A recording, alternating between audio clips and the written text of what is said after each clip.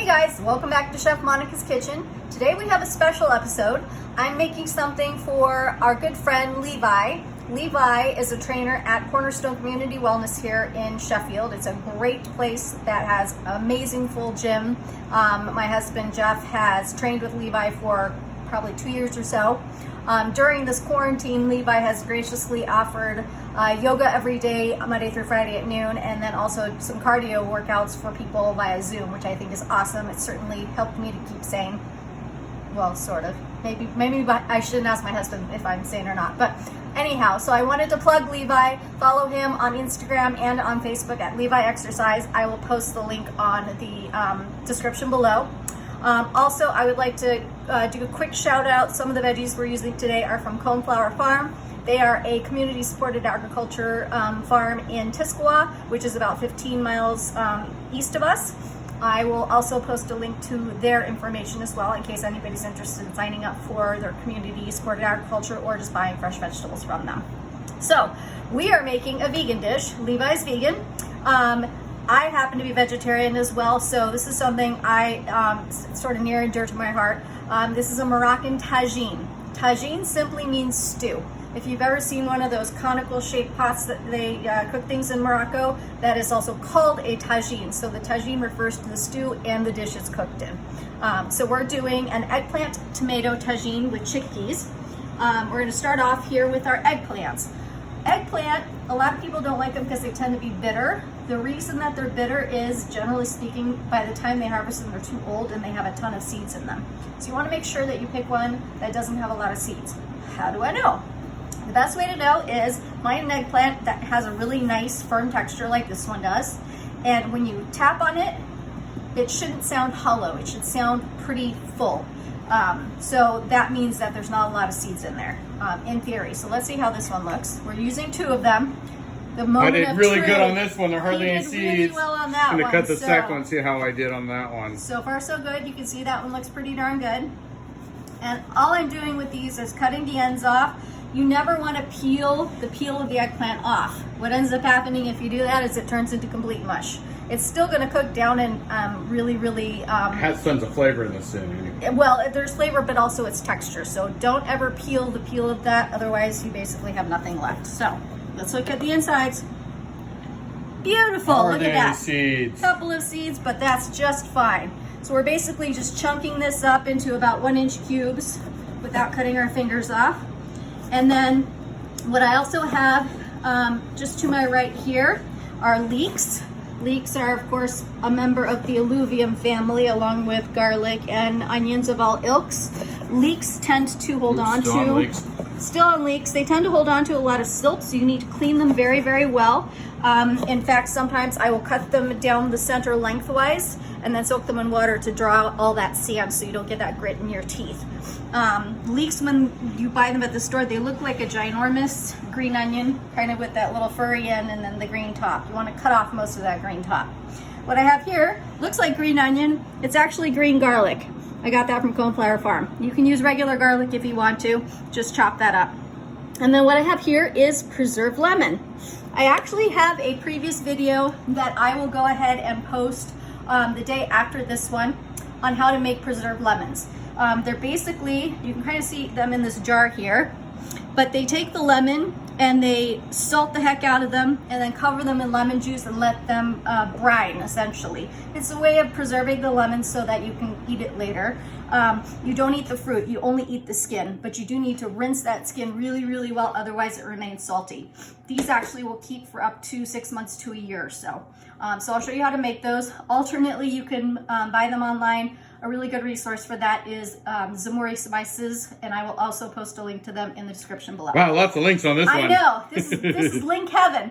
So I'm gonna go ahead and get this the pan heated, and then I'll meet you back there in a second. Alrighty, so in the pan here, I have olive oil. We're gonna cook this in olive oil because obviously we wanna make sure it's vegan. You could also use grapeseed oil, coconut oil, whatever you like. So we're gonna throw in our sliced leeks. Leeks do cook relatively rapidly, so you don't need to saute them too far ahead. You can also do this with regular onions if you'd like. Those will take a little bit longer to saute than the leeks will. A little bit higher moisture content in the leeks. You can also use shallots if you want to. It's really kind of just up to you. I will also throw in these little green garlics. And then we'll add in the, oops, boy, they're just bouncing everywhere, the eggplant. And then I'm gonna transfer this back to the heat, and then we'll season it up, and I'll show you what to add next. It'll just take me a second. Stay tuned. Alrighty, so I've got these in the pan over a medium to medium high heat. Now we want to season this. A little bit of salt. That will draw out the moisture from the eggplant pretty rapidly as well. A little bit of fresh cracked pepper. A lot of bit of fresh cracked pepper. Smoked paprika. Quite a bit. This is a very highly seasoned dish. Cumin. I like a good smoky cumin. I'm using curry powder because I don't currently have Ras El Hanout, but ideally, if I was doing this the real Moroccan way, I would use Ras El Hanout. Ras El Hanout is a Moroccan spice blend that literally means top of the shop. And it, generally speaking, has up to 40 different spices in it. Everybody has a different version of it, which is why I call it kind of like the Moroccan version of curry. I'm out. You can purchase that via Zamori Spices as well, which again, I'll post in the link. But we're gonna go ahead and just use a little bit of curry powder. It has a similar profile. The only difference is curry tends to have a little more turmeric instead of the Ras El Hanout, which doesn't have that turmeric in it. So, and of course, back to our saffron. If you don't want to use the saffron, leave it out. I know it's expensive, but in this case, we're going to go ahead and use it. The last of what we have. The last of what we have. All that's going in there. As a thank you to Mr. Levi. Okay. And then what I want to do is add a little bit of our harissa paste. Harissa is a chili paste that's traditional in North Africa, all over Morocco, Tunisia, Algeria. It's got several different types of chili peppers in it. Preserved lemon, olive oil, garlic, salt, pepper. It's a medium-high heat. It's not like eating a habanero. Yeah, it's not. The idea in Moroccan cuisine is not for it to be so spicy that you're desensitizing all of your taste buds. It's to give a little bit of warmth and to accentuate the other spices that are in the dish. So when people ask me if Moroccan food is spicy, I say no, it's just highly spiced. So a little bit of that goes in there. I'm going to quickly stir this together. And already, if you were in the kitchen, you would be transported to a souk in the middle of Fez, Morocco. Doesn't it smell like that? Mm-hmm. Yes. Okay. So we're going to pop in our preserved lemons as well at this stage. Give that a quick second here. And then I want to go ahead and chop up some cilantro and parsley.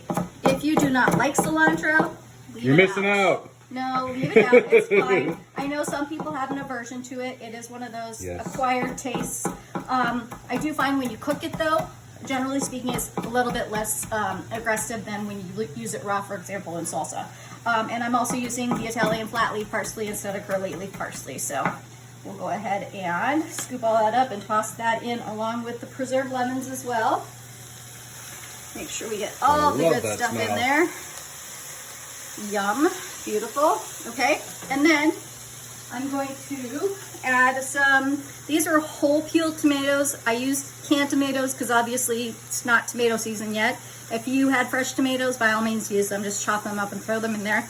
I went ahead and just kind of mushed those up, scrunched them up with my fingers to make sure that they're not big chunks, and we're going to pop that in there.